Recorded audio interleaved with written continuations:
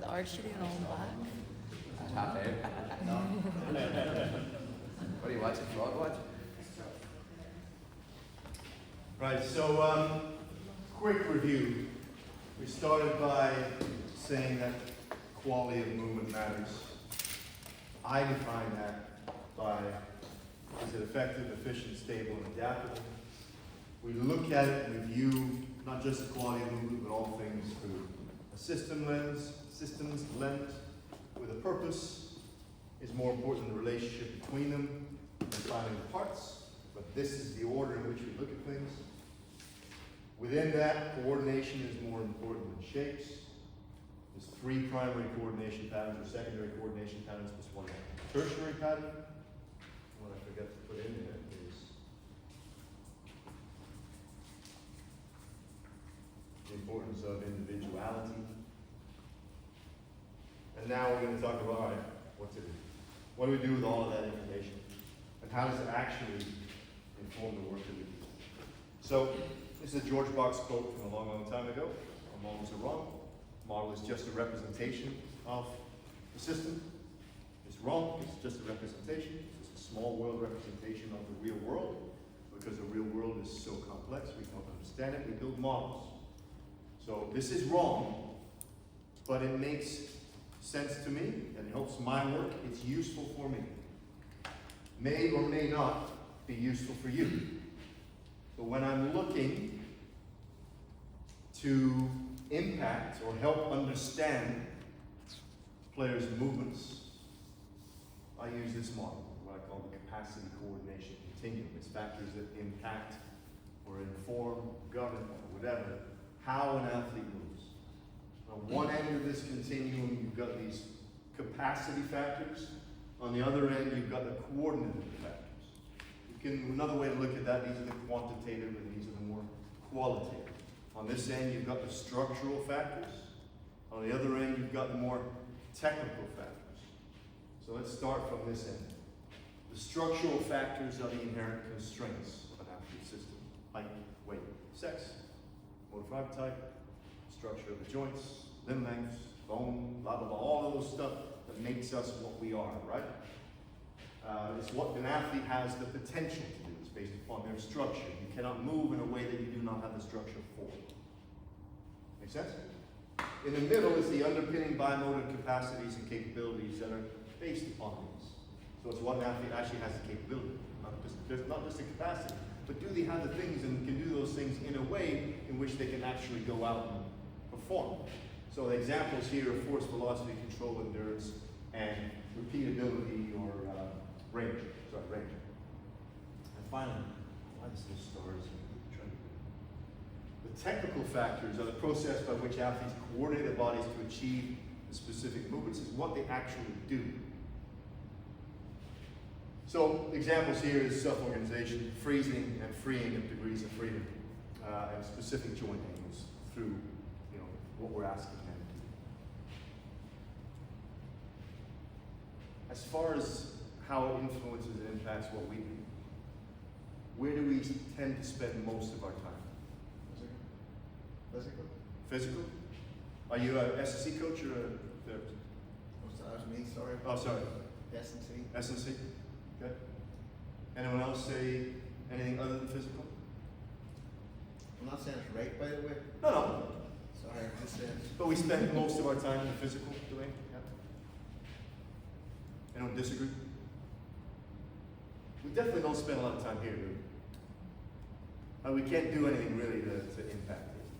People are going to grow older. We can't stop that. Males are males. Females are females in general. We can do a little bit to affect muscle fiber type, but not a lot, really. And it shouldn't really impact what we do. We can kind of impact specific joint structures in different ways. You've got the skills to do it, but it's not a focus for us. So typically, obviously this is a lot more important when you're working with growth and development of kids. So you need to understand height, weight, age. That's something that Simon's going to talk to you. But if you're with the first team, most of this is pretty irrelevant-ish. So we focus on these two things.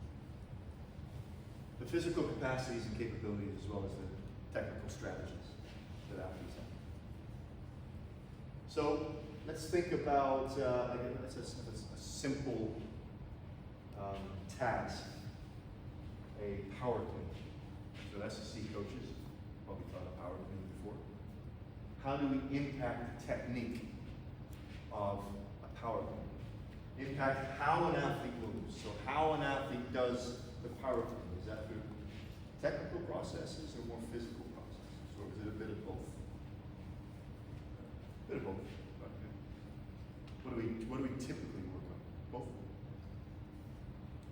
So we're getting stronger. The underpinning force capacities, force generating capacities, we try to build those up, get them as strong as we possibly can. We work on the rate of force development, so on and so forth.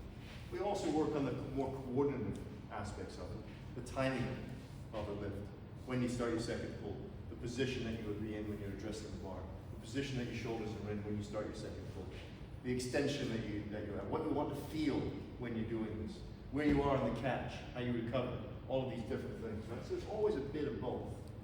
We have to determine, based upon our experience, based upon the athlete in front of us, what we're going to do the most of with each individual and each individual point. What I will argue is, we're talking about sprint speed. What do we focus on when we're trying to impact how an athlete runs or sprints? This one or this one? Especially the last sort of 5-10 years. I'd argue probably this one. Like we just kind of just do this. Okay, you gotta do this, you do that, and that's why I think we're just so confused as a community of coaches now about what do we mean by that? And you've got the whole sort of decontextualization and isolation of sprinting and how it transfers, isolated sprint training and how that actually transfers to playing the game. So there's a whole confusion and debate around that. There's also, what do we actually say about what do we pay attention to? What really matters technically? And is the things that I'm talking to, or are the things that I'm talking to, are the drills that I'm trying to do to try to impact sprint technique, how an athlete sprints or runs, is it actually doing what we think we're doing? Because we're operating here on a lot of basic, fundamental, incorrect assumptions. As we talked about before about these two, right? This is where these two come in.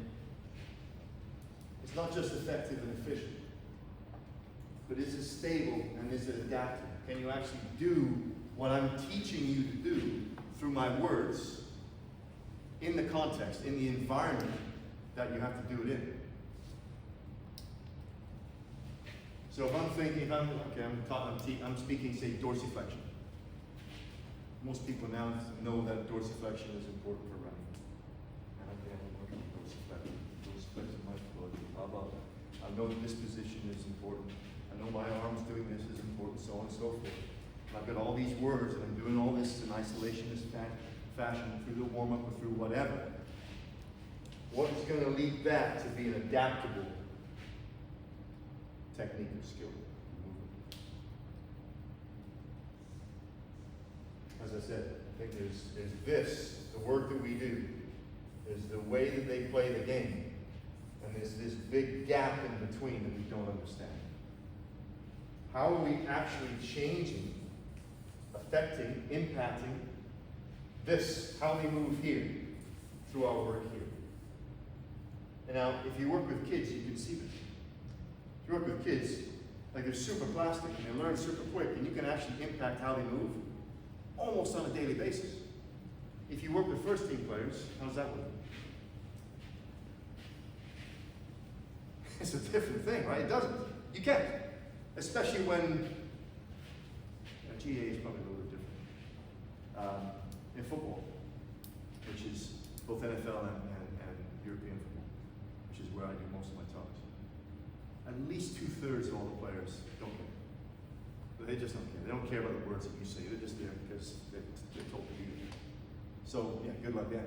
So now you're working with 1/3 of the players that do actually care. And even then, we don't understand this gap. Because we want them, we don't want them thinking when they're here. They're just playing the game. So how are we impacting how they're playing? that leaves us only with this. The only way that we can impact how they play the game, both here, isolated from the game, decontextualized, and here, within the game, contextualized, is by impacting the underlying biomotor capacities and abilities.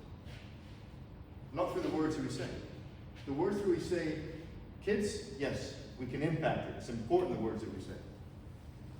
But the rest of it is through impacting more capacity, more quantitative factors. That's how we impact most, and I would say for most people who are over the age of 18, most of the factors that improve or affect or impact how an athlete moves are more capacity related than they are technical related.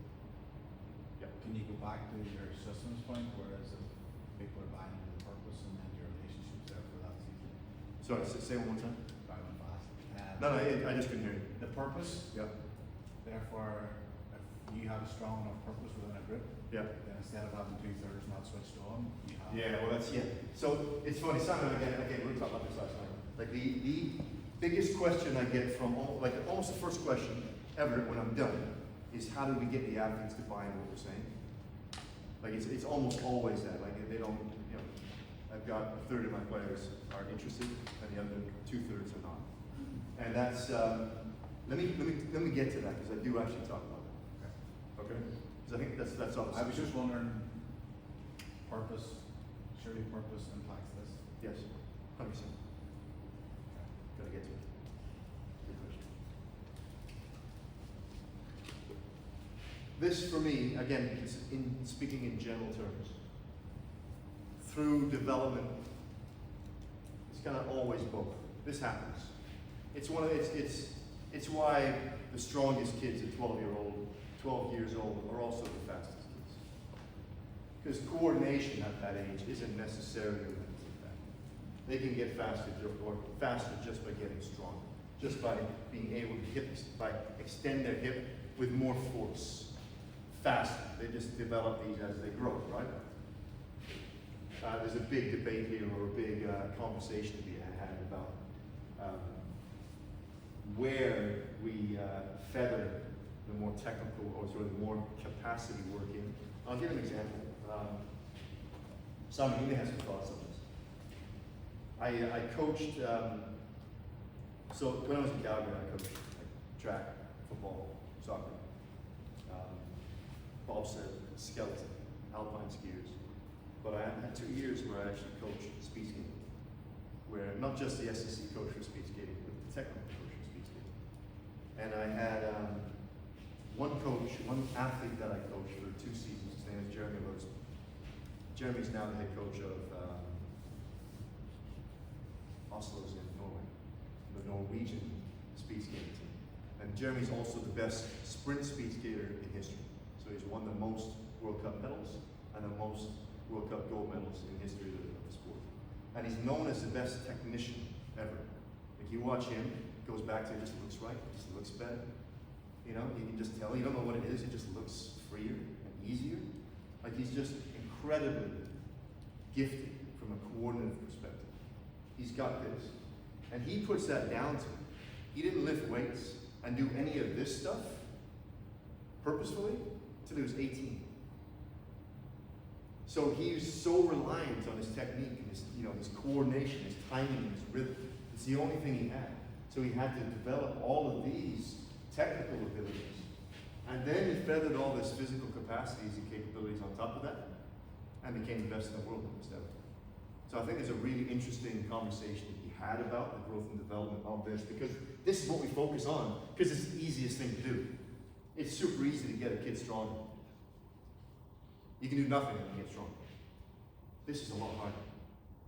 So I don't work with kids, but I just think it's a really interesting conversation. I think Jeremy's N=1 example is a really interesting one, and interesting to segue into that conversation.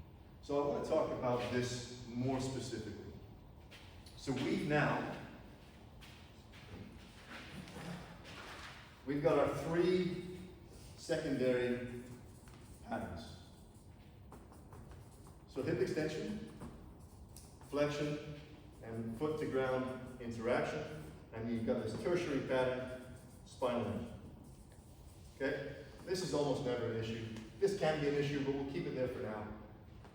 This is an injury, an issue from an injury, a potential injury perspective, as we said in team sport. This is a performance perspective. If you look at just these two things now, hip extension and foot to ground interaction, where do they exist on this continuum? Hip extension pattern. How are you impacting the hip extension pattern? How are you impacting how the player moves through this pattern? You've identified hip extension as problematic. Do they work on hip extension through technical means, is what the things that you're saying? Through freeing up and freezing degrees of freedom? Or do you work on this, force, velocity, endurance, force, and control? It's probably a bit of both. Bit of both? Maybe Most. if you had to pick between the two, hip extension more physical and the other more technical, but still both. 100%. And it's probably 90-10 and 10-90. It's a bit of both. It always is. But it's that dichotomous. It's that much of a difference. You impact hip extension pattern through more force, more velocity, more endurance, more repeatability, more range, and more control. And yet, this will also come along for the ride. You'll be more coordinated, all of those things. But this is how you impact that pattern. So you're changing how a player moves across all contexts, because this is based upon this stuff, which is independent of context. So if you're trying to change how a player actually moves in the game, this is the stuff. It's not this. You're trying to change technique through a coordinative perspective, what they're thinking about, the instructions that you're giving. That's not independent of context. That they can do in a controlled environment with you and isolated, by themselves and doing drills and things. They don't do that when you play the game. How we're trying to impact it across all contexts is through this. Foot to ground interaction is the opposite. Remember, we talked about the complexity of that pattern, right? So hip extension, pretty complex pattern, but it's just that. It's so reliant upon this, physical factors. This, the capacities, don't really limit this, the quality of it. This is all about coordination. We talked about it before, right? The ones who coordinate that movement, all of these different movements, and there's a lot going on, there's so much going on in that pattern, are the best at that. The ones who don't coordinate that well are the ones who get injured all the time. And it's sprinting, elite sprinting, track and field sprinting. The ones who do that well, as I said, are the fastest in the world. Let's focus on hip extension pattern. We'll come back to the foot to ground interaction pattern in a little bit. Let's talk about hip extension pattern, how we can impact that through physical means, or physical strategies. So we've got one of our three patterns, hip extension. We've got a bunch of ways that when we say, what's a better hip extension pattern? Let's say you've got a really bad hip extension pattern. What does that mean? What do I mean by that? Answer's right here. You either, or, and, lack the force-producing ability through that pattern, the velocity, the requisite velocity through that pattern, the repeatability, the range, or the control. So do you have the force to be able to produce that pattern? Do you have the velocity?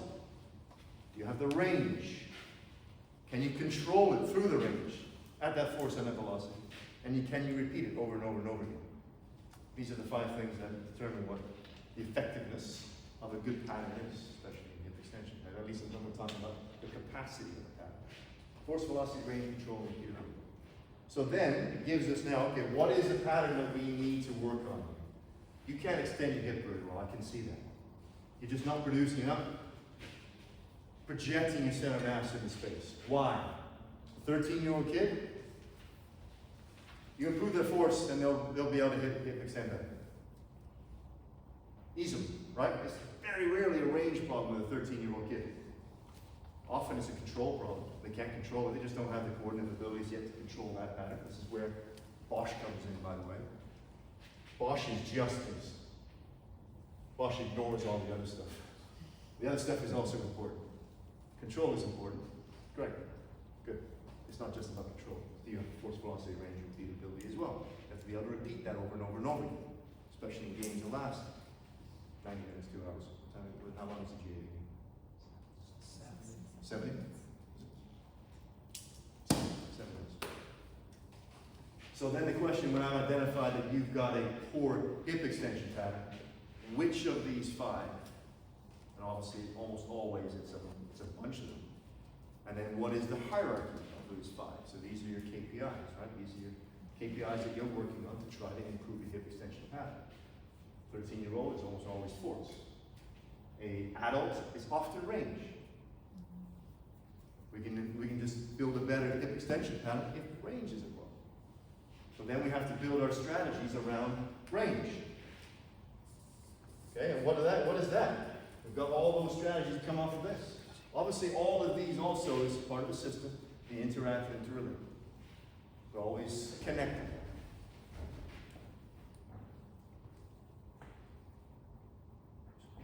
You understand? Yeah? That makes sense? So far? I'm stalling because I don't know what's next. Let me see. So once we have, let's say we've set up our hierarchy and we say, let's say it's kids. So it's force, it's control, and let's say it's hip extension. It's force, it's control, it's repeat, and velocity, and range. And let's say that these aren't really, this isn't a big issue, these bottom 3, but force and control is. So we're going to come up with strategies to try to improve the hip extension pattern, this 13-year-old kid, through increasing their force ability, or force capacity, and their control. So that now speaks to what we do across the entirety of the system. That's what I mean by this. Where everybody's problems, or all problems, are everybody's problems. Hip extension is a problem. It's not necessarily a problem, I'm just saying if it's a problem. If we say, yep, hip extension is an issue, that becomes everybody's problem. Physio's problem, SSC problem, fitness coach problem, athlete problem, sometimes a parent's problem. It's everybody's problem, and we try to find system-wide strategies, implement system-wide strategies to try to solve this problem. This is the system. And I'll add one to this. So where are the inputs into the system in which we can improve the hip extension pattern? Pre-session warm-up. We're almost all doing some sort of movement prep now, right? We can individualize their movement prep to impact their force, and then maybe their control. So they got 15, 20, some of the professional football teams I'm seeing now have 30 to 40 minutes of movement prep before they're even starting the real warm-up. So what do we do there to impact them specifically as individuals? What are they doing in their warm-up? Can we individualize or group, categorize the warm-up somewhat? So if you've got 4 athletes or 4 players that have problems with hip extension force, they're doing one warm-up. You've got another 4 or 5 that have hip extension control issues, so on and so forth. You can have 2 or 3 warm-ups going simultaneously, quite easy, if you're creative with what you're doing. The primary session, which we generally don't have a lot of impact in. Some do. Some performance directors of professional teams have impact into the loading, through volume and intensity and so on and so forth. But there's an opportunity there. What we do in the weight room, for sure, right?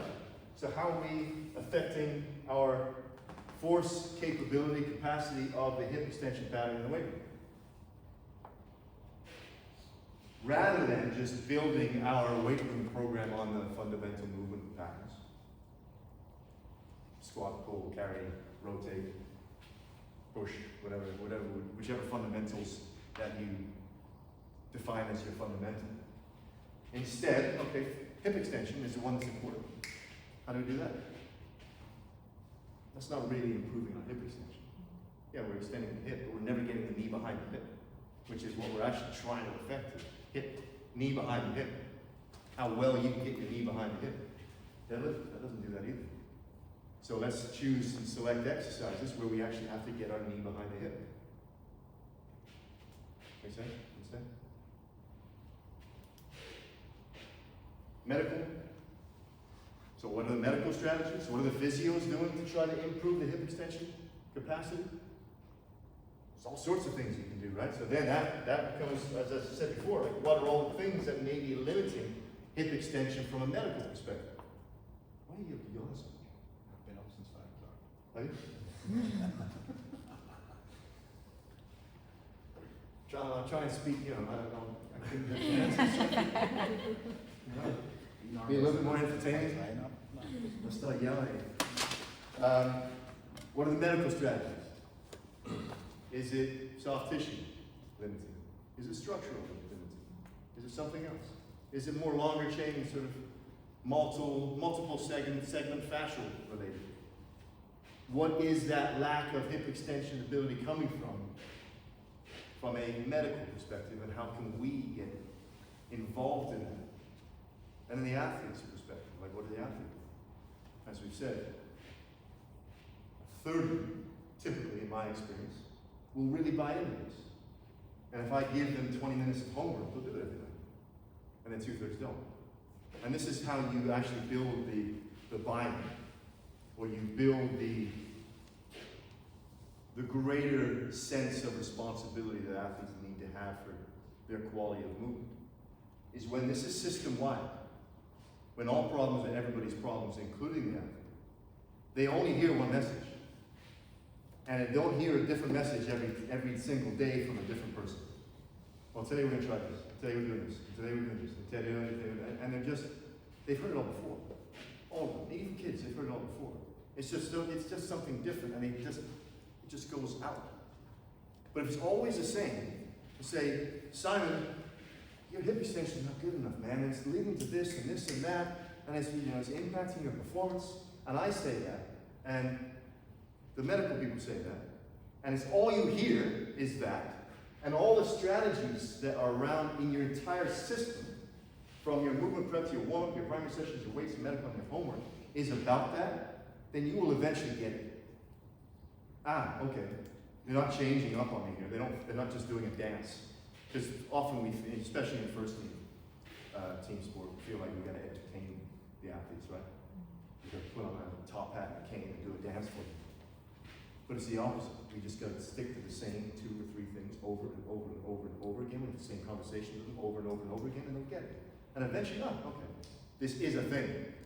I do have to do this. I have to be engaged in this, and you will see buy-in improve significantly through this.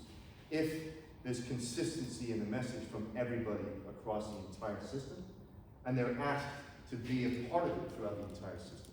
And the other one that's important, especially in GAA and with kids, is life. Like life sometimes gets in the way. I coach a few non-sponsored track athletes that work full-time.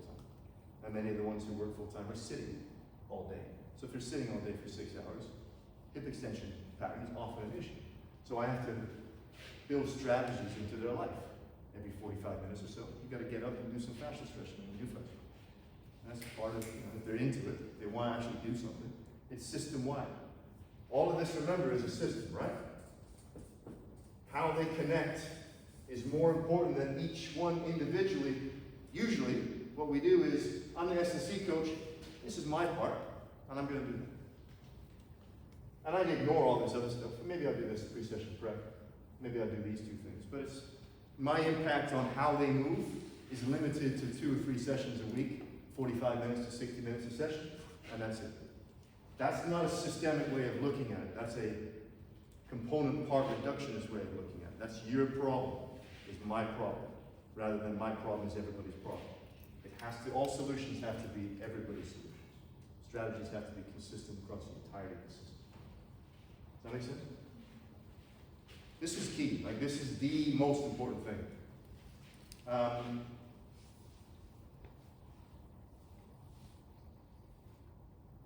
Yeah. I'll leave it there for now. I'll come back if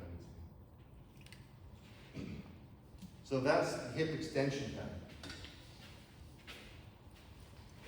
Let's talk about foot to ground interaction pattern. So hip extension, as I said, is primarily capacity related. You improve how they move through improving their capacity, impacting their capacity. It's context free.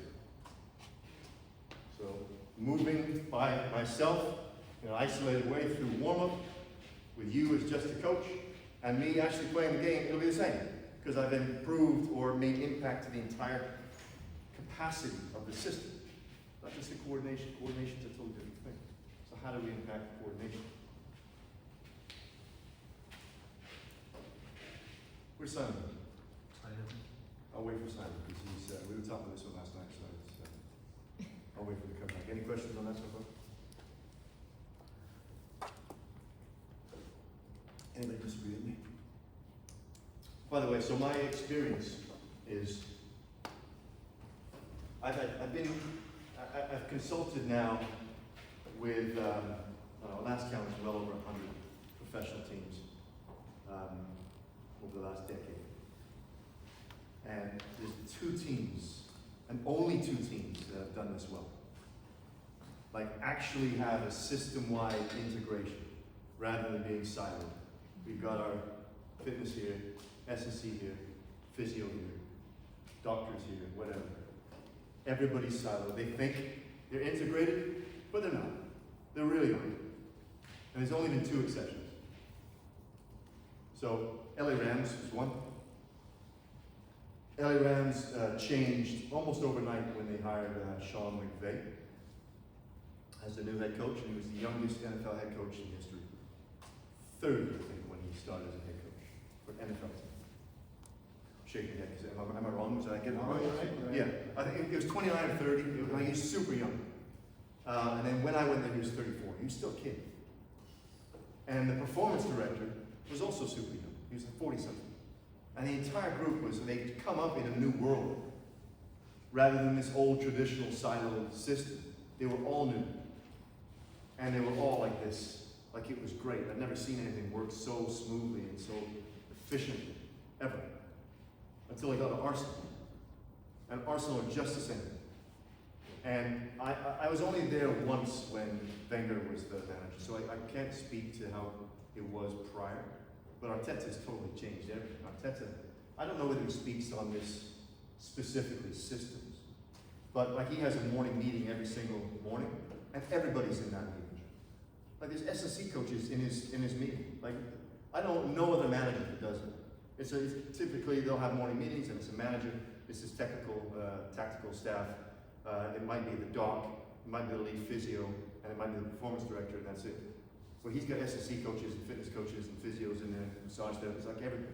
There's 18 people around the table, every single day having a conversation about all of this stuff. And all problems are everybody's problems. And it's really like every single player is brought in to go to your question. Because I went to Monaco a couple of weeks back. Not to be telling jokes, but about stories, but whatever. It's the opposite. Like it's very, very silent. And the question was, these players just don't want to hear from you. They're not listening. What's the answer? Well, get a new player is the answer. Get players, recruit players who are going to buy into what you're selling. But first of all, you have to be selling something. And if you're saying one thing, you're saying another thing, you're saying another thing, and it's all in separate rooms with separate people, it's never going to work, ever. It has to be, we've got a consistency, it has to start from the top, and it has to be system-wide where they can understand what the purpose is. And they can lock into that purpose over and over and over again. At each level of complexity, entirely new properties appear. I just want you to think about what that means to you. And then what that means as we go forward. And I'm going to talk briefly here about a typical way in which we as a community or an industry in sport performance and health have looked at things. This is a terrible paper, by the way. This is Jan Ekstrom's paper on hamstring injuries, or he looked at a bunch of injuries in the English Premiership. Again, in soccer, I couldn't find any GAA stuff. I didn't have time to put together all of this stuff with GAA. But this is football in the Premiership for 20 years. So they found that hamstring injuries increased from 12% in 01-02 to 24% in 21-22. There's a lot of goes into that. The game has changed a lot. The players have changed, the tactics have changed, the amount of games they play has changed, how they actually report injuries have changed. As I said, there's a lot of problems with this, but I don't think anyone will say that we've done a good job of dealing with hamstring issues in team sport, even though there's been so much focus on it for 15 years. Opar's paper, David Opar's paper came out in 2014, his initial one on fascicle length and noise, right? So it's been at least 10 years, and we were talking about it prior to that. And they definitely haven't reduced. So you can argue whether it's been 12 to 24 to higher to lower, whatever, but we're not doing a good job. This is typically how we've looked at things.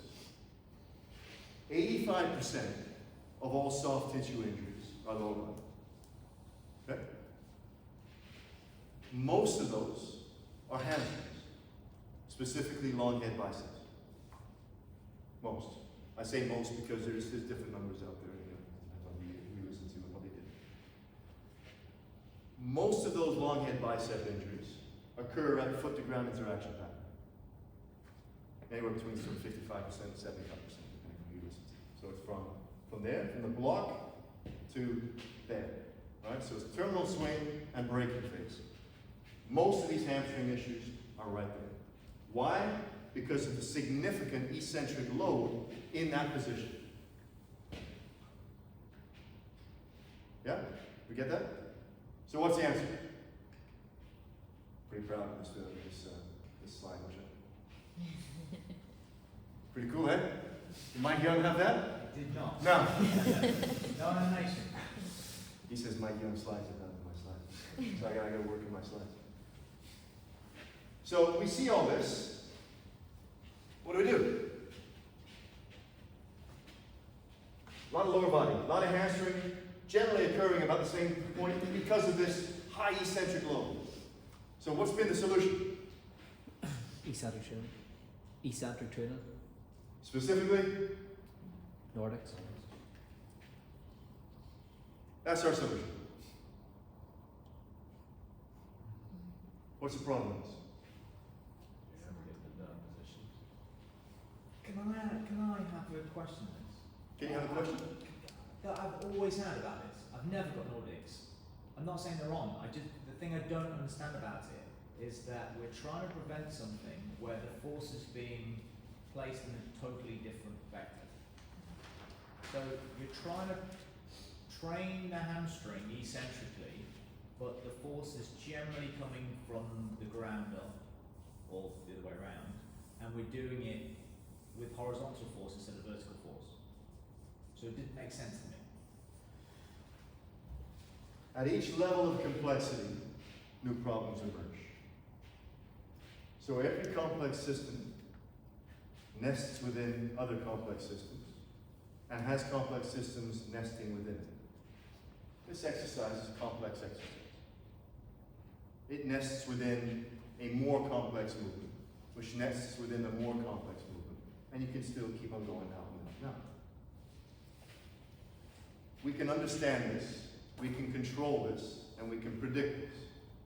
With each level of complexity, with every level that we zoom out, reduces our level or our understanding or our ability to control, understand, predict.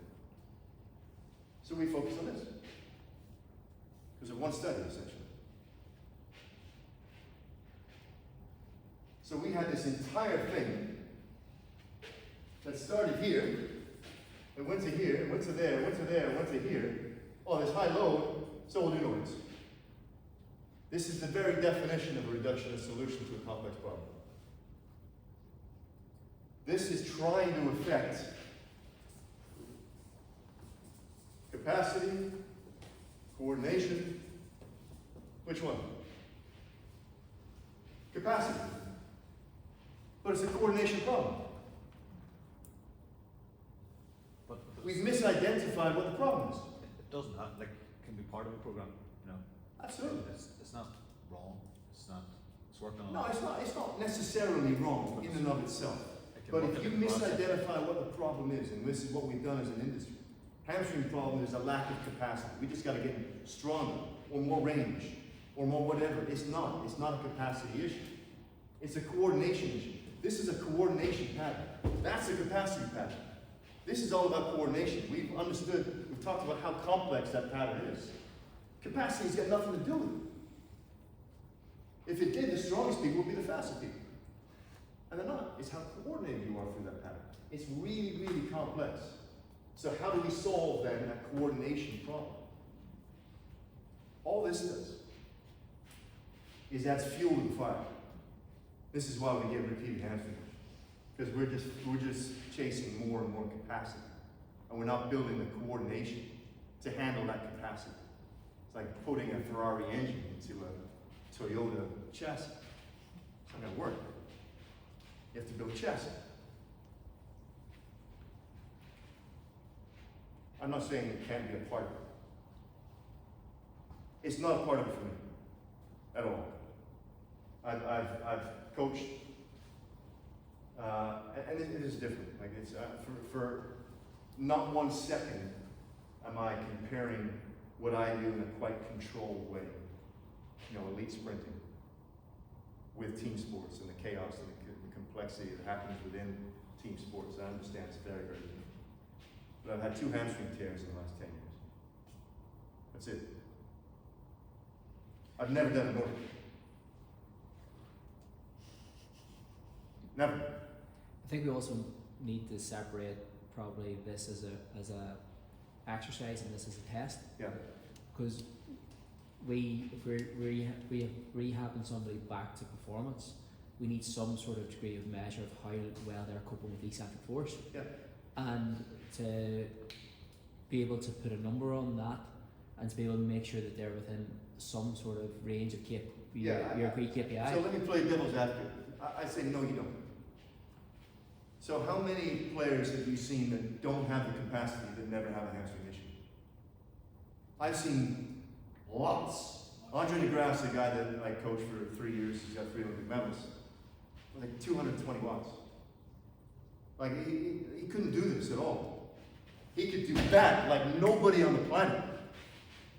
That is what I'm training for, not this. This is very, very different. It's a proxy. Is it a good proxy? I would argue against that. I don't think it's a good proxy. Right, okay, but for Andre, if he did tear his hamstring, how do you gauge when to allow him to max speed run? Not through capacity. So Yeah, there's some capacity things that you have to look at, right? You have to look at tissue damage and how the tissue is progressing and so on and so forth. But if it didn't get injured because of a lack of capacity, why are we testing its progress on capacity? It got injured because of a lack of coordination. And that could be due to down to fatigue. It could be due to all sorts of other things, right? It could be he lacked the coordinative ability on that day because he didn't sleep well the night before. He had a fight, wasn't hydrated, wasn't whatever. That can affect coordination, as we know. It's not capacity. But once he's injured, he then has a capacity issue. Once he becomes injured. Yes. So he has If there is detraining of that. If he has a structural Correct. injury, he then develops a capacity issue from a coordination injury. So then how do you gauge how to get that person back without performing the test? They're always that way. Right? That's why I said it's not 90-10. I mean, capacity is an issue of this. How do you? I do it through qualitative ways. Remember what I said about this was quant, and this was qual up here? This is how I return play. I mean, I can talk about that specifically if you want to, if you're interested, and how I do it. But that's, yeah, I'm happy to do that actually. Yeah, you Yeah. Can I Please do. put a little, right, so you can answer that question. I presume that's the next phase of this, is what you do instead of that, yeah? What would you do instead of that? Do you understand the mechanisms that Stu's been through for the last half an hour of this? What would you do? What exercise would you guys come up with? It's not a question. Everybody stand up. I'm not joking. Here we got 1, 2, 3, 4, 5, 6, 7, 8, 9. Groups of 4. See if you can come up with 2 exercises. We have a whole weight room and lots of space in here. can't be a Nordic. You can't choose a Nordic. We got blue hammies over there. I think my come up with something. I don't know the answer. I will say yes, Mongolia way. Yeah. Yeah, that's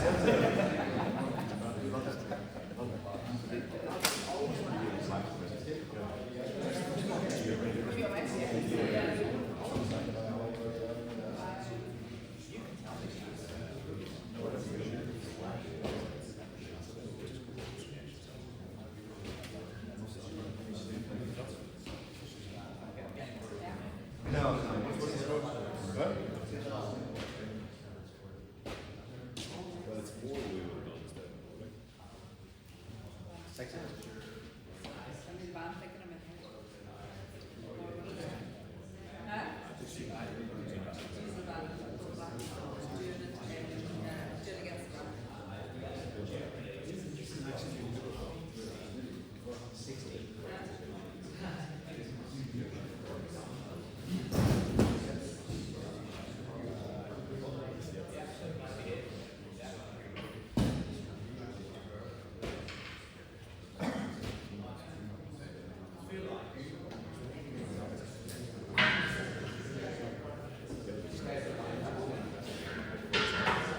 What about even harder?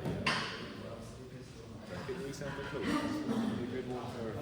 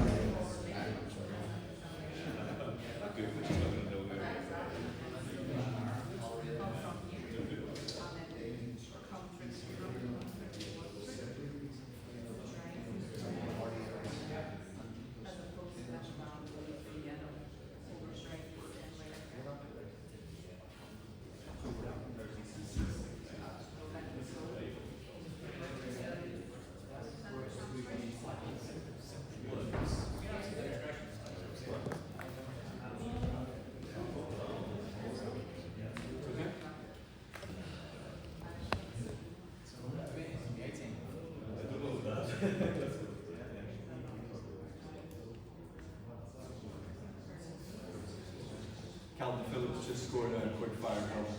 2-2.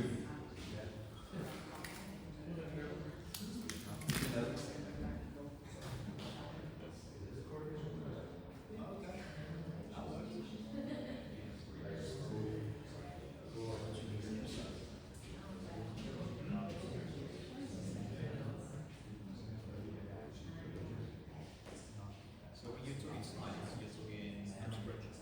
Yeah. Does that make sense?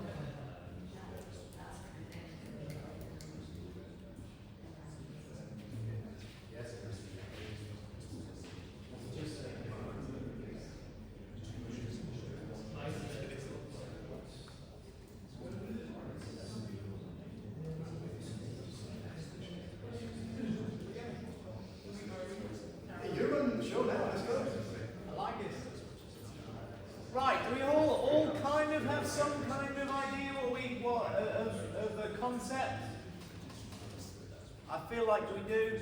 I'm not sure about Marty's team at the back. Do we have a skill we're going to work on? Right.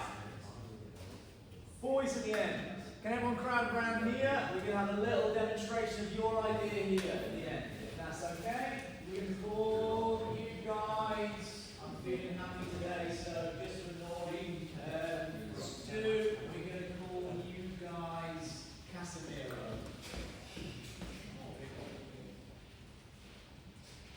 So we went probably later than this, but this was the latest one I could get. But something tonight where you could work on control, you could actually support from there, and it would be coming out into that eccentric phase to snap back. So working on your position of where you take the foot, working on underneath your head, but kind of focusing on control. Maybe something. Maybe just add a wee bit eccentric, I think, or perturbation that we're not trying to control. Nice. Any thoughts? Do we have any? Yeah, positive, negative, not particularly negative, but any ideas of how that fits? I suppose it depends on the severity of what actually happened, because that emotion might not be there for 6 days, where there's emotions you could do from 6 hours a year. Well, sure, there is Could you do that really slow? an emotion you could do. What if you just did that really slow? I just made that fast, yeah. So you can still do the movement, Yeah. just maybe just do this faster. Yeah, nice. Well, I think we might do a whole little toolbox here. Yeah, good job, thank you. Next group, we will. Oh, Marty's group. Marty's group. You guys got a little bit of sour action going on at the back end. So ours was very similar to that. The only difference is that we were in a forward leaning against the bar. So we're working through a similar mechanism of that with the back. Do we have a band? Yeah, with the band around the foot. Yeah. But you're just in a forward leaning position. Do you want to demonstrate? Probably more in an acceleration. So whereas theirs is maybe better because it's probably more mimicking the upright running mechanics. Maybe where you're going to. So, better or worse, it could be a different part of the continuum. Yeah, yeah. Rather than better or worse. Depends where you pick up the injury, where the injury occurred. So having the like when that upright running. So ours is very so we're starting in that position, so you're in that forward lean. You're coming from the band's not long enough, but you're coming from here, you're going to drag back and then control that flexion movement. So you're not letting the band just whip you through, you're working on that slow control through. And we have knee behind the hip as well. Where is there as a question more load on the hamstring in either an accelerated position or an upright position? Long head biceps. You guys understand? You guys understand? Upright. Any other answers? Anyone think accelerated? I would expect it to be you pushing behind yourself, so I would expect it to be in an accelerated position.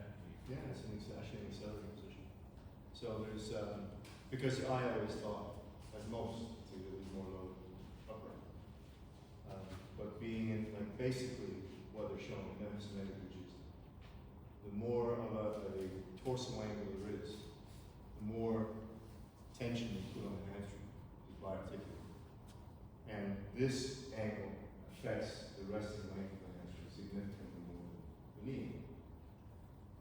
So it's the accelerated position actually. It's one of the reasons why kind of people get hurt in this area, not necessarily always in this area. It's kind of this like mid-range accelerated position where a lot of sport happens. Not there, and not there. It can be. Love that. Right, let's go with the Murdoch group. Still see Ryan. My thought was dribbles, just start with dribbles, because it's going to mimic more so as to what maybe was the issue. Okay, obviously dribbles will get to, so you can start over ankle very slowly just to see can you tolerate it. You'll obviously can move up through the different sequences, but then you can start to add a sled to the body, so you're starting to have to put more pressure in the floor to get away. So you're starting to put more work through that extension pattern, and you're just training coordination at the same time. And that's wrong. Do you want to get a slide to demonstrate? No.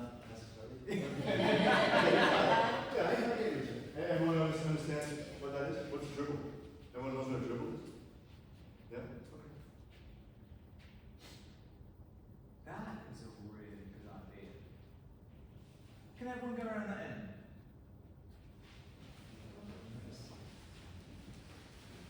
I like the practical one. You're just lucky you're not falling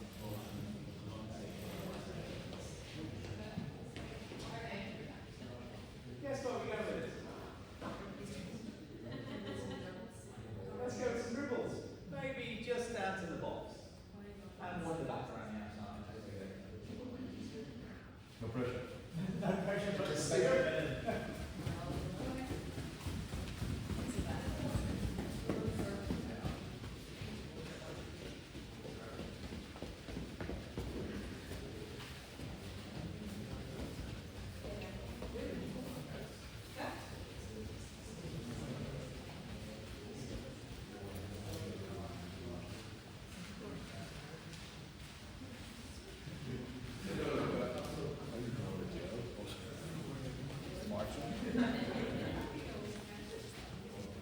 Okay. Nice. Still there, 8 years. Good effort. Kind of warms us in here. Who do we get? Couple of extra volunteers to come and be a demo. White training. The boss.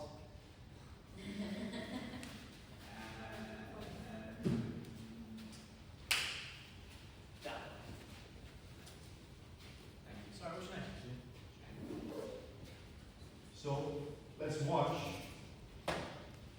try to analyze, and tell them how bad and how great they are. No pressure.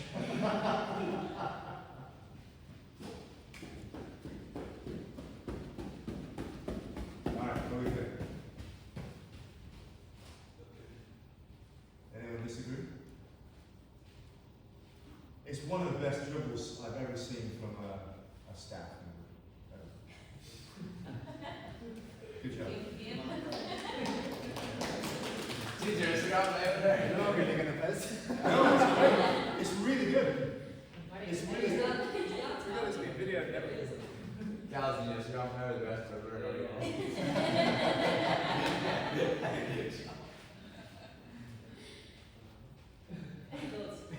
Yeah, sure. You were.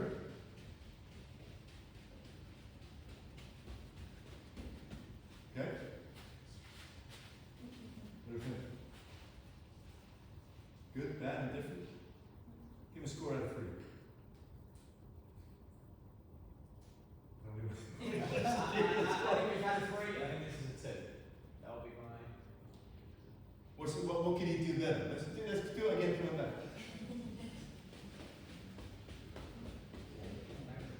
First of all, why is he looking at the ground? Don't look at the ground. Do it again. Did that change anything? Got one good leg and one bad leg. Left leg is a little bit. Change. But what is consistent between both legs? Kind of overly blind flex, kind of a little bit toey. Doesn't really complete the cycle. He's for example, can't dance. It's okay, not everybody can dance. It's okay. But this highlights a problem that maybe we'll see here. I can't remember what you look like. So maybe we'll see this being better or worse or the same as that. But let's, yeah, let's see. Well, I'm the one there, 3 hours a week. Well, I didn't say that I wanted to. That was Simon. He's being very generous.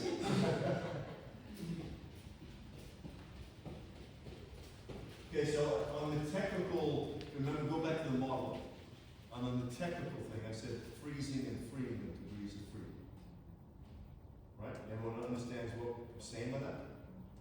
So, if you go again, do you see freeing or freezing of the lower body joints? You see dribbles. How coordinated it is. More coordinated movement, you'll see more freeing with degrees of freedom around all the joints. It'll look more coordinated together. And the less coordinated people on this specific task, you see more freezing. So look at a little bit freeing in the right knee, none the left. Left knee stiff, right? A little bit movement in the ankle, but the left knee doesn't move at all. So it's just this hip on the left. The right knee moves a little bit. So it's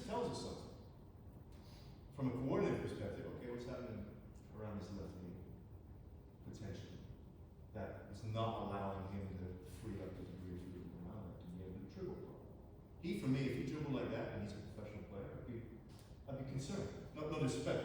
I'm just saying like this. I would be. Does he have left hamstring issue? He will if he doesn't. It's through that specific act because he's not allowed to. He's just got so much coke and trash around his left knee, so he's just elongated the entire knee, and he's just doing this. And it's so much more load for the tissue. Sorry, son. I didn't mean to. My hammy hurts just from listening to you talk about it. Yeah. Yeah, right.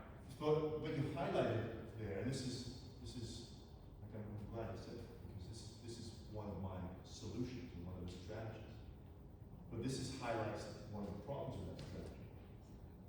Because as a staff, if you cannot teach it, it's really hard to get it across to people. And if you've got a player, let's say, let's say you were the player. Are you a player now? Yeah. Yep.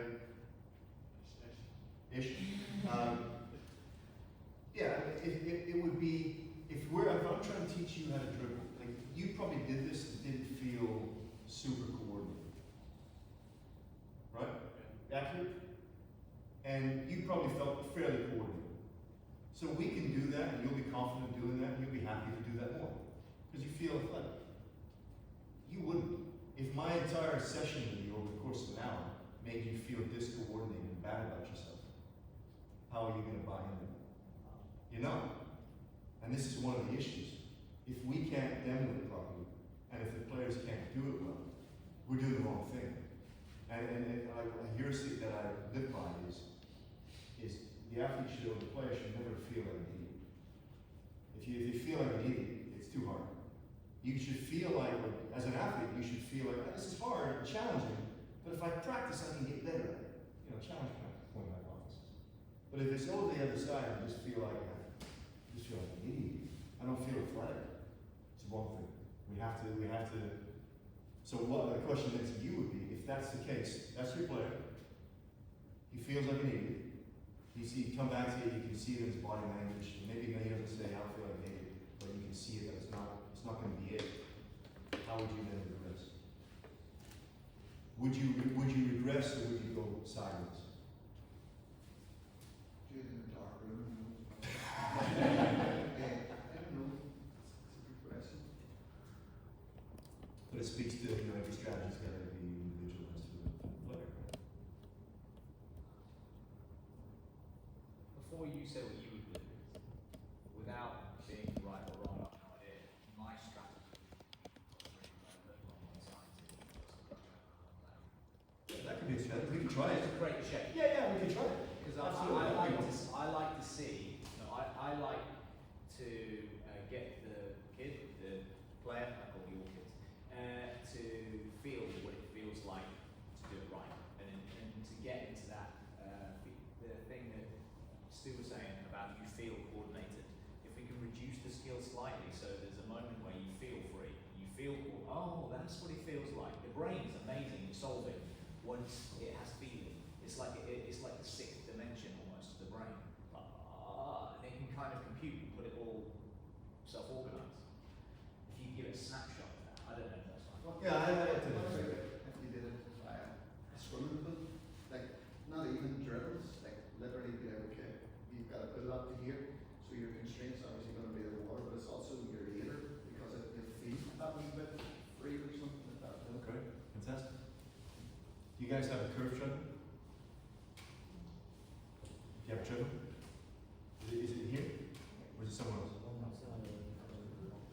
So if you've got any treadmill, you can prop yourself up and you can do this. And you can just unweight yourself. Like a curve treadmill is perfect. But you can actually do it. So swimming is a great one, or in a swimming pool is perfect. If you want to just to regress, you can move it sideways and do something different. Okay, that's not working. So, but if you just want to regress, go to the pool, go to a treadmill, prop yourself up on a treadmill, and just unweight yourself by 50%, and then you can do it. Then you can freely, and you can actually go through. Gravity, cool. Yeah, just like that, absolutely, 100%. Just regress and make the right shape, and then apply something a little bit. Now, there's some complexity to this we're going to get to next, because we've already talked about decontextualize and isolate, and it's not actually changing what actually happens in the game contextually. So we'll talk about that in a minute. Do we have a fourth group? Is that free? Do we miss one? Yeah, we did concept. This Did it? Where's John? Wait to see it. Wait, actually, Good. we're going for a bad Marshall. Good? Yeah, good. I like the man in mind idea because it creates us to create a bit more of an angle. There's a man overhead. Why is the man doing it? Brings the body slightly more forward. Like the bars and having around your hips and around, but broadcast more body. Draw your chest on forward a bit more. Sort of like Julie there in what's the word that? Even pelvic position, just trying to naturally keep it. What if you have somebody who overextends through lumbar, doesn't have good hip extension ability and gets extension through lumbar extension? Then that's the last thing you want to do is put the bar above your head, right? Because that's just putting it more into lumbar extension. So then you do the opposite. So you get a net ball and hold it like this and forcibly extend while in a flexed spinal position. This is why I don't like this as a generality. Because a lot of players will extend through lumbar and not hip. Because this is that's the position that puts it in. This is an issue for people who don't do well through lumbar and can extend through hip. If they already extend too much through lumbar, then you want to take that out and force them to extend through hip. Think about things you can do in the weight room in your free-wheel work. Free will is just work these days. It's just work. All right, so a quick sit down. I want to talk about that specifically now. There's a problem in this.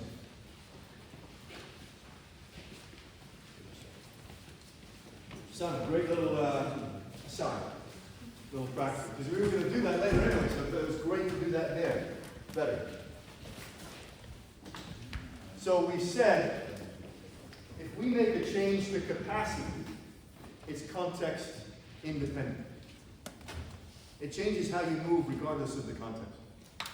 If you're making trying to change coordination, it's totally dependent on context. So I can do this in a really closed, safe environment. But just because I can do that and I can do some dribbles, I can do this, do whatever with the dribbles, doesn't mean I can actually sprint properly in the game when I'm not thinking about doing it, right? Because it's technical. It hasn't affected the skill. So what does that mean? So this is something that we all learn, whether you're a physio or an SSC coach, you learn day one, is the relationship between load and adaptation. The load of a thing and the adaptation to that thing. And it's very simple. The higher the load, sorry, let me just go back to this. Let's think about, Simon wants to move his back squat from 200 kilos, right? 250? 250 kilos. Currently he's got a 250 kilo back squat. He wants to back squat 300 kilos. Okay? If we look at the magnitude of that load and the frequency of that load and graph it, where's it going to be on magnitude? So this is high magnitude, this is low magnitude. If we want to elicit an adaptation that's going to lead to a 50 kilo jump in his back squat, high magnitude or low magnitude, the type of work that we're going to do? High, right? High, has to be high. And then frequency? Low or high? Do we do it a lot or do it infrequently? Low. So that's probably somewhere around here, right? Really high magnitude work, really, really low frequency, meaning we do it every 3 days, 5 days, 7 days, 10 days, 12 days, whatever, 14 days. It's not very frequent. So the density pattern is really broad, it's really wide. Because the magnitude of the load is super high. Let's say we want him to work on a coordinative aspect, like he has dribble stuff. And we want him to be able to dribble better. Is a dribble high magnitude or low magnitude? It's low, right? Down here. So then the frequency must be, to elicit an adaptation to that, the frequency must be high. And this is what we forget. It's a very simple relationship. If you've got a low magnitude load, you have to do a ton to elicit any sort of adaptation. So if you're trying to build a better coordinate pattern through something that's really low magnitude, you gotta do it all the time. All the time. Not 3 days a week for 5 minutes. Or 3 days a week for 10 minutes. It has to be there all the time. So if you feel like that is important, and again, it's always, this sport, or this industry is always about what can we throw out that does not matter right now? And what do we focus on that really truly matters? And often it's like 2, 3, 4 things, that's it. That's it. And we focus on that until it doesn't matter anymore, and then we do something else. But let's assume that you've got some hamstring issues, or you're trying to improve your performance, or try to improve your speed, and you've got great hip extension, and you've got, all the other patterns are good, but this isn't great. And we've identified that that's an issue for you. How do we get better at that? How do we ensure that doing it here in this decontextualized, isolated way, and this big gap, how do we make sure that we get across that gap so we've actually changed how you move within the context of the game, which is what we're trying to do, which is what Marty was talking about earlier. We can't only do this, because the lag between doing this and actually affecting this from a coordinative perspective, from a qualitative perspective, is really, really long with adult athletes. With kids, it's not. With kids, it's almost weekly. You can change technique and coordination that quickly. So if you feel like, okay, I've chosen the dribble as my strategy, and it's Marty, and Marty, you didn't feel like an idiot, it was hard for you, but I can tell you didn't feel like an idiot. It was probably about the right challenge. That if we worked on that for 15 minutes every single day, in 2 weeks you'd be an expert dribbler. You'd be really good. And with you, it might, I don't know. Like yours weren't very good. So we need to maybe regress a little bit or go sideways and do something slightly different. Maybe we do the band exercise, which was good. But if that's all we're doing, we need to find something else that's a little bit closer to the task. Because that can't be it, right? We can't just do that faster and faster and faster, because it's not sprinting. It doesn't abide by the rules of dynamic correspondence. So my point to that is sometimes we forget about this relationship. We do this really well, but if something's low frequency, we have to do it all the time, like all the time. If we're expecting an adaptation, we have to do it all the time. It has to be super, super frequent, especially with, again, players who are 18 and above. That's the simplest thing. As I said, we kind of learned that on day one, but we forget it. We just put some dribbles in the warm-up, and we've got, 25 seconds of dribbles 3 times a week, and we're making a change. We don't. It doesn't happen. It doesn't.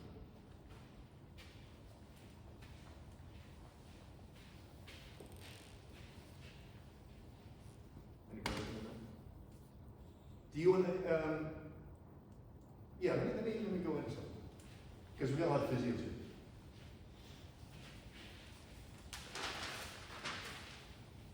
How many different gait patterns can you name? We've talked about them today. So we go walking. So that's one.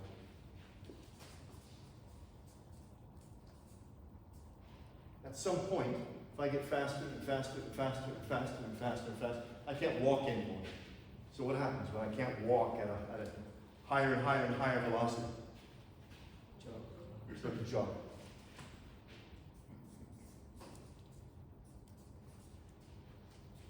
And I start jogging. And at some point I get faster and faster and faster and faster. And what happens? Striding? I think somebody else said another one.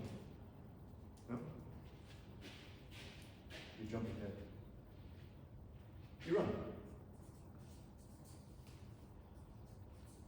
And then we stride. And then if you're fast enough, what happens after that? Sprint. Most people on the planet, have these two. Okay? Some people can run. Most athletes can stride. And very few people can actually sprint. I'll tell you through the differences here in a second. So, if you look at the literature on gait, and a lot of the ways in which we move from one to the other, the original research was kind of walk, run, sprint. Then they identified, no, it's actually more than that. There's a difference here between running and jogging. So jogging is in there. So jogging is actually, just like walking and jogging are two totally different and independent, unique coordination or movement patterns, so is jogging from running. So what's the difference between walking and jogging, primarily? Biggest difference? You leave the floor. Double support, right? What about jogging to running? What would you think? So you walk up to about what is speed? No?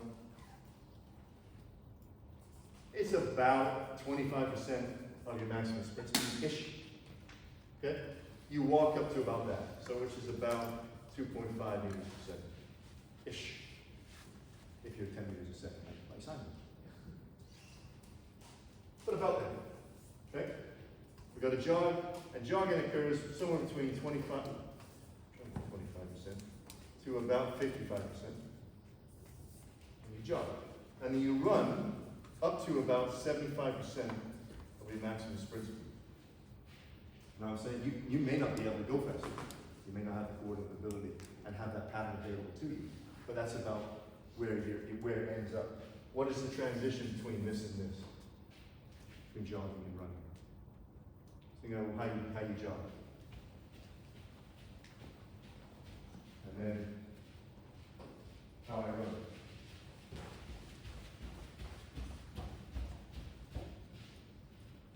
What's the difference? Stride length, one of them. Hip extension. Hip extension. Speed. Speed for sure. Technically? Yep.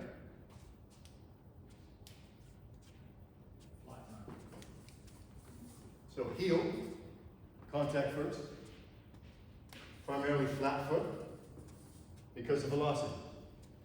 Where you contact on the ground, on your foot, is determined by the horizontal velocity primarily.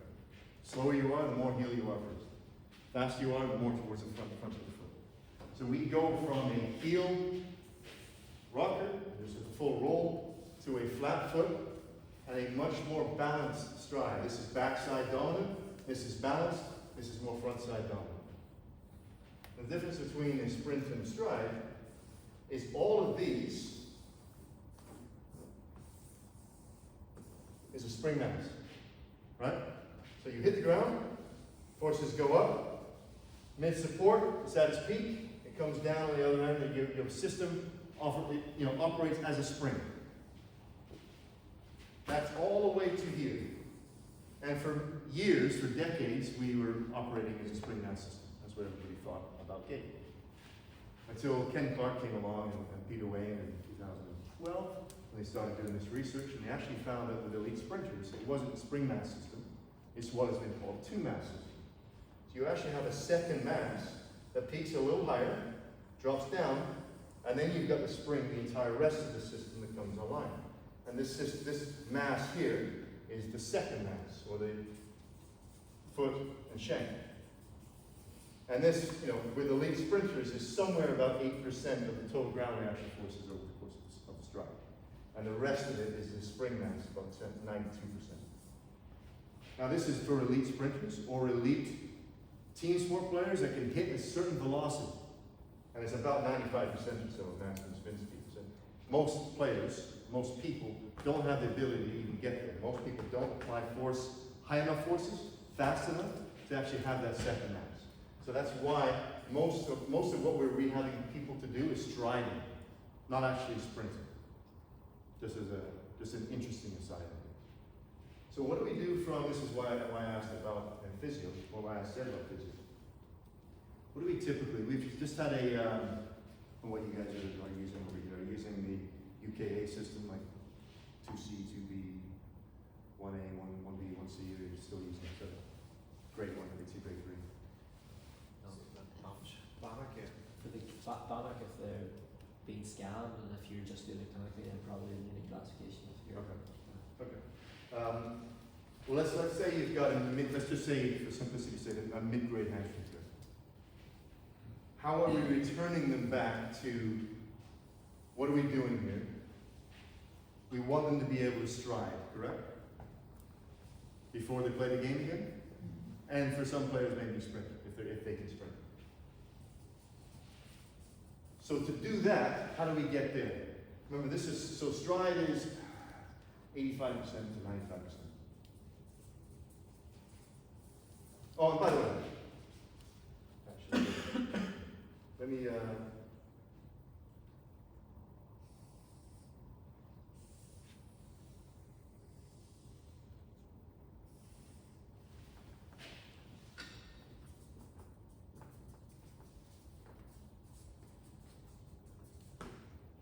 this may be too much detail, too much information, but I think it's really interesting, and I think it's good to know, like really, really good to know.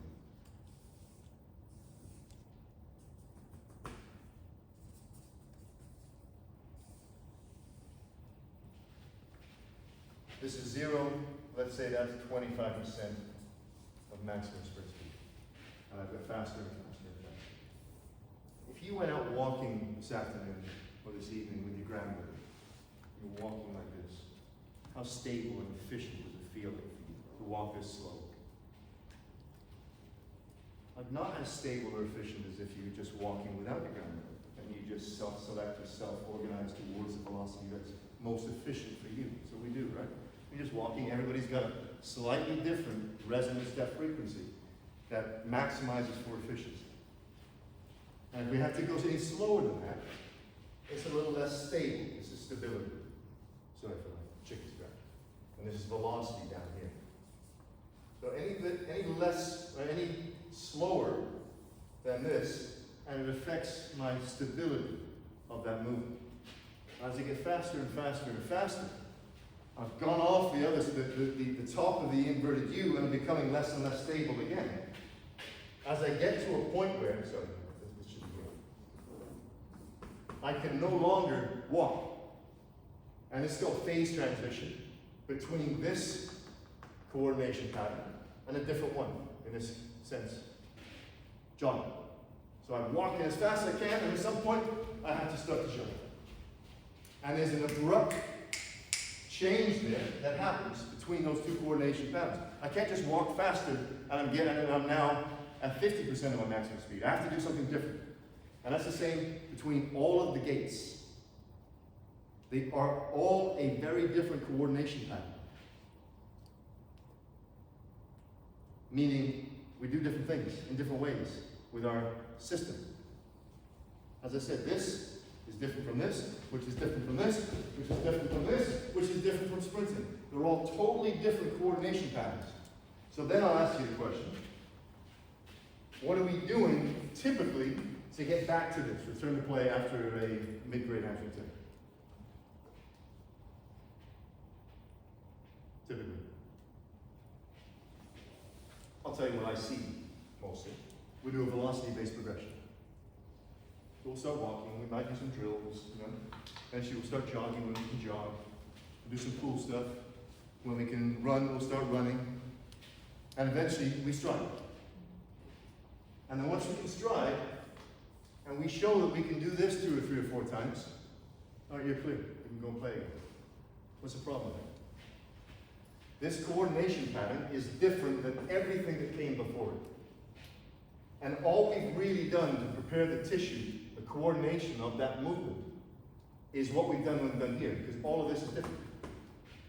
We haven't actually affected the capacity of the tissue, and again, this is what Marty was talking about before. We have to be able to affect that in some way, and we're not. This is, for me, this is one of the reasons why we see so many re-injuries of hamstrings, because we're not actually preparing the tissue to do what we're trying to get them back to stride. Not jog and run. Yeah, we spend a lot of time jogging and running and even walking. But typically we don't injure our hamstrings jogging, walking, and running, it's striding. And we've waited 2 weeks or 3 weeks or 4 weeks or 5 weeks before we do this. So we've got all of this detraining, this massive gap in the coordination and the specific capacity of the tissue to coordinate in this specific way. And we've only done like a week of that. Aren't you good? You've proved to me that you can stride now. Off you go. But the tissue's not ready for it. The coordination's not ready for it. Right, sir? Sorry, are you saying so if you were like doing drills the way through that progression, that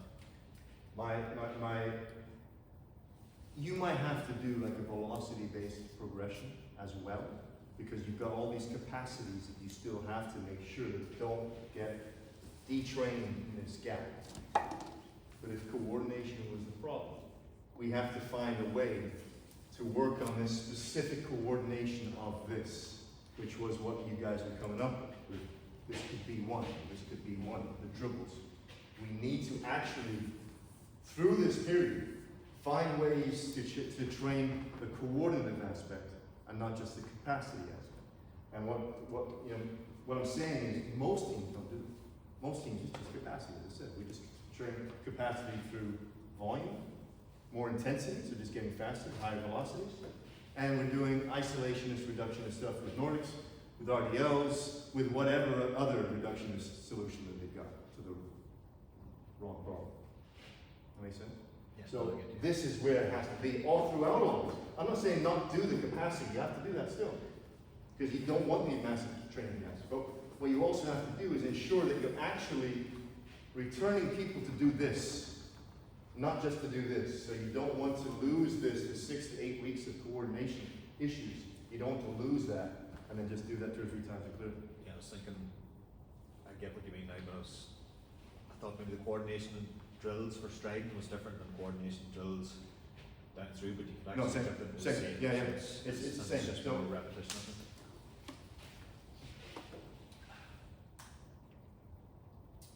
So I didn't prepare this as a slide. So apologies. This is one of the ones I did for Edge Monaco.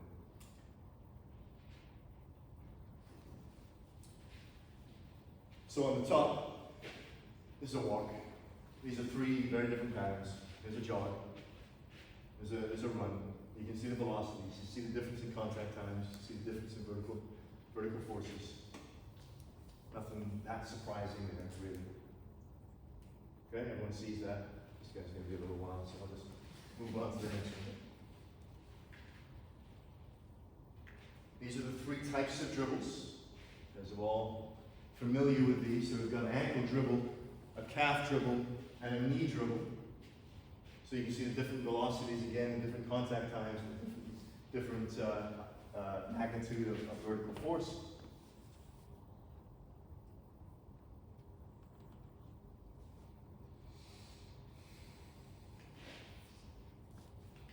This is now a run.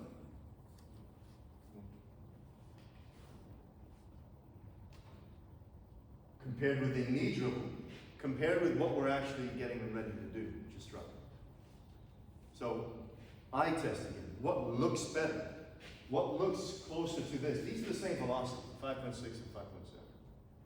What, from a coordinative aspect, compare that, which would be the typical return to play progression through velocity, with that, which is the dribble. What looks like actually the coordination of what we're actually returning them to do?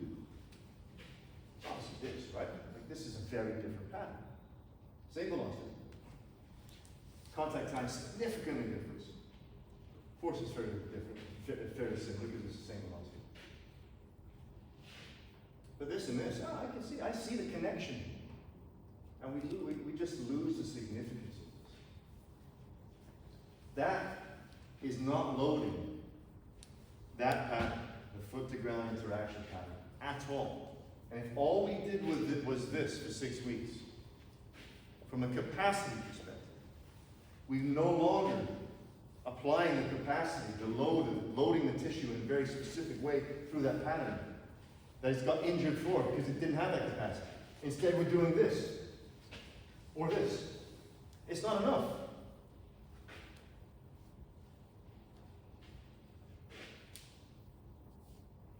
Make sense? So, the other one, and as I said, like this is, I'm glad you guys came up with some different ways. That was a really good idea to get you guys coming up with other solutions. Another solution that I often go to are scissor bands. So this is specifically working on the foot-to-ground interaction pattern. And now, it doesn't require, this is probably what I get you to do, it doesn't require quite as much coordination, because it freezes the knee.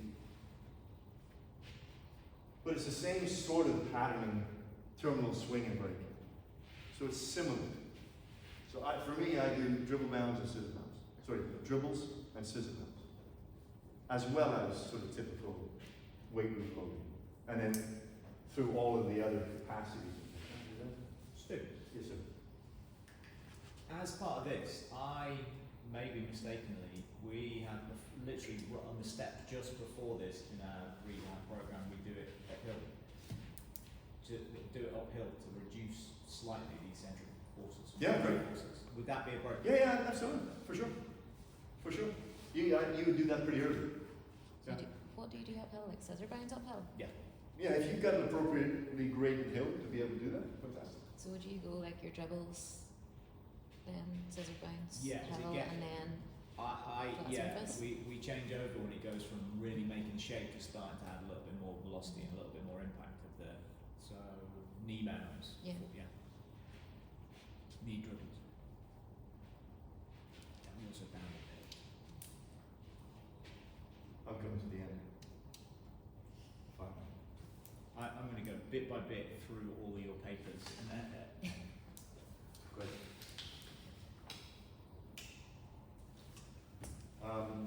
And we can talk about more practical stuff if you guys want to. As I said, I'm here for as long as you need me to. We've talked a lot about sort of complexity, the complexity of that and different things in this complex system. Not all systems are complex. Not all domains are complex. So you may be familiar with these terms: clear, complicated, complex, and chaotic. Anyone familiar with those? No? Essentially what we're looking at there is the relationship between control and predictability. So we've got high control, high predictability, it's a clear system. Low control, low predictability, chaotic system. So this is my graph, but this is based upon the work of Dave Snowden, a systems thinker. He's a Welsh guy, and he has a framework called the Cynefin framework. That's how you spell it, Cynefin, so it's Welsh. It's really, really interesting.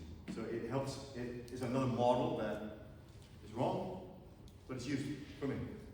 If you're not familiar with the Cynefin framework, I'd do some, I would recommend writing that down and do some Googling and doing some reading. It's really interesting and really help your work. And essentially, what it does is it defines the complexity of a system by the relationship between the cause and the effect. So a clear system is there is an obvious relationship between cause and effect. A complicated system is there is an obvious relationship between cause and effect, but only to experts. Only if you've got domain expertise in that system. So, for example, my watch broke. Like it's a real watch, it's not like quartz or anything, it's like there's real movements in there. I wouldn't know what to do. But that's not, somebody does. There is a real relationship between cause and effect in my watch. So they know exactly how to fix my watch.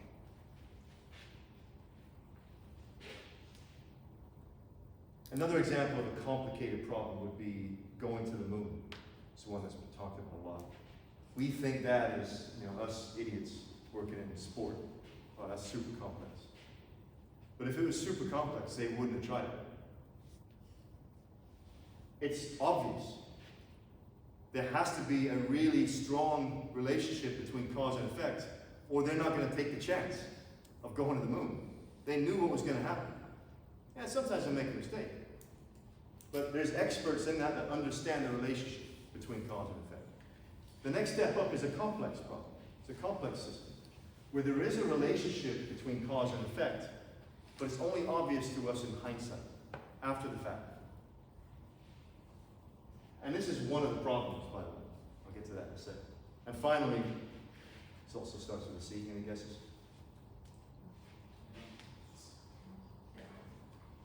Yeah. It's a chaotic system where there's no relationship at all between cause and effect.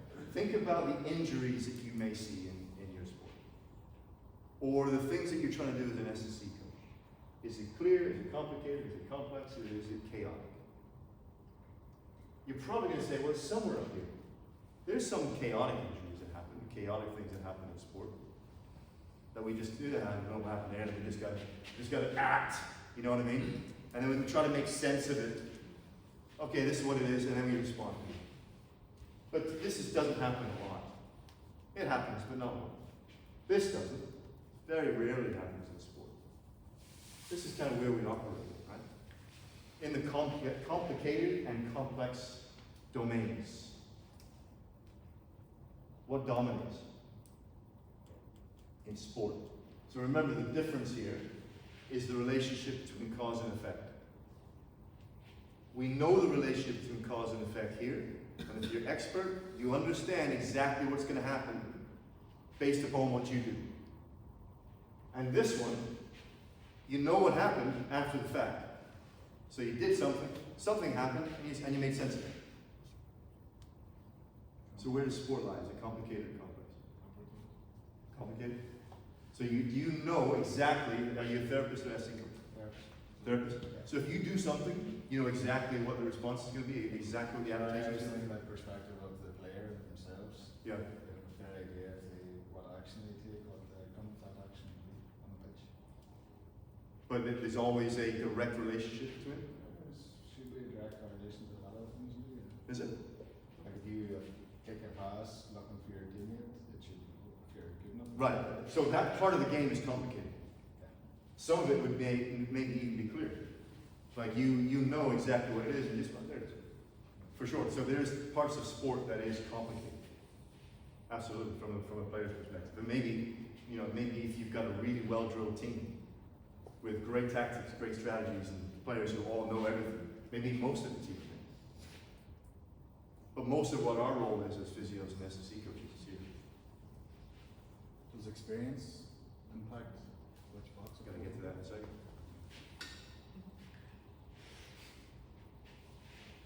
This is where we live.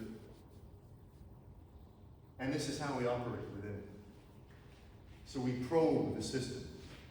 So if there is no relation, or if there's a relationship between cause and effect, but it's only obvious to us in hindsight, we probe the system, we do something with what's called a safe-to-fail experiment.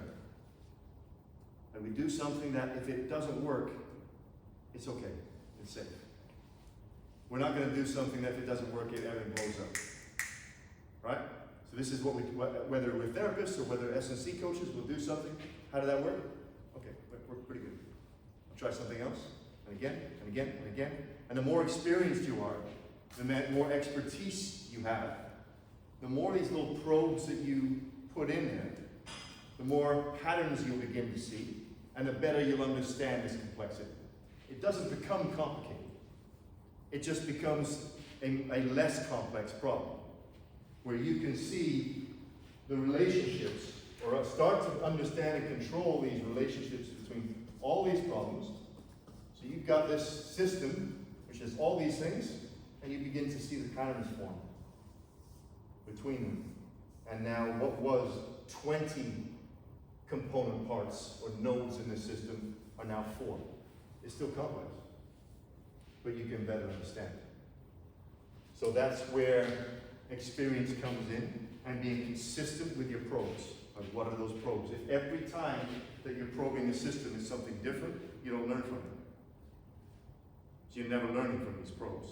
You probe the system with a safe-to-fail experiment, whether that's an exercise, a loading parameter, a different volume, a different intensity, a different therapeutic input, whatever it is, it's just a probe. We learn from it, see what happens, okay, try again. And we just keep doing this. And we just probe it. And eventually, we start to make sense of it. And then we can respond. We get better at responding. And this is where we live in this complex world. And the people who are really good at it good therapists, good coaches, whatever, they're just better at running these safe-to-fail experiments because they've seen many of them before. So the pattern will start to develop. You say, oh, I've seen that. Yeah, I'll do this. I'll do that. I'll do that. Again, it comes down to identifying what matters. So again, like this, it's another model. It's wrong. It helps me. I look at all the work that I do in this complex system as it's a probe that I'm throwing in there. I'm trying to make sense of it, and then I can respond better and better and better. So it's just a model that helps me in my work. May or may not help you in yours. That's all I had for that. It's probably all I had for anything, unless we want to do a practical afterwards. Do you still probe? Like, Oh yeah, do you still probe? yeah, everything's a probe, for sure. I thought you would have most of it.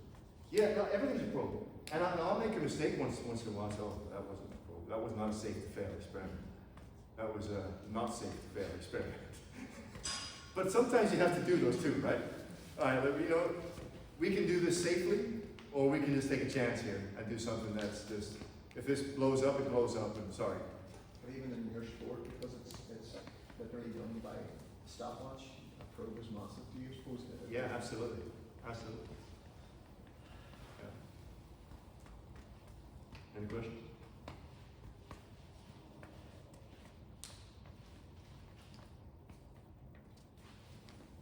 Simon, good? Good, I was just dying, that's why.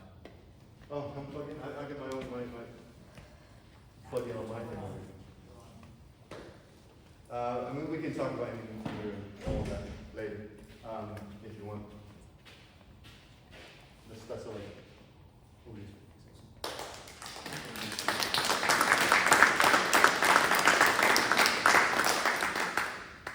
Right, I'm going to quickly delve into this because my talk is a little bit less organised as Stu's because I last minute, but also my talk is in my suitcase at the airport because it didn't get transported to the country. So we're kind of going on the fly a little bit. But Stu touched on a lot of the things that I have in my slides. Let me get the title on. Are you going to come up on No, this? no, good. You gonna stay down there? Yeah. Yeah. I'll set you up, mate. So we're going with.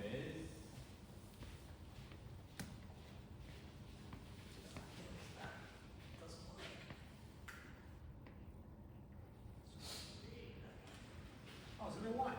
Just Bluetooth. Thanks.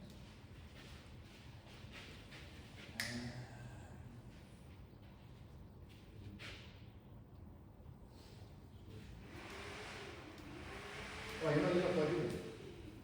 My bad. I thought it was Bluetooth. Where is it?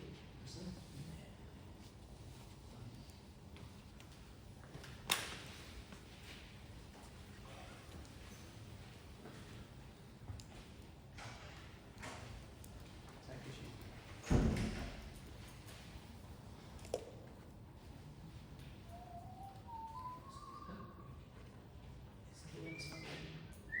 Press continue. Oh, it is?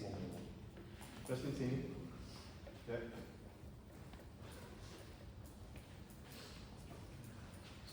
Okay, now get rid of that. Yeah, get rid of that now. Press it. Get out of it.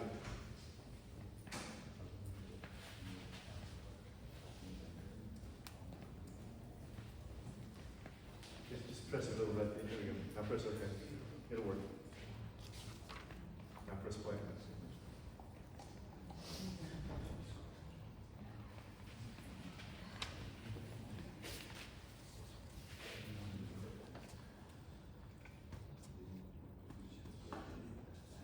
There we go. Right, quickly, this is in reverse order to just emphasise that little discussion you had with Stu about complex and chaotic. This is Space Invaders, one of the agility drills that we do.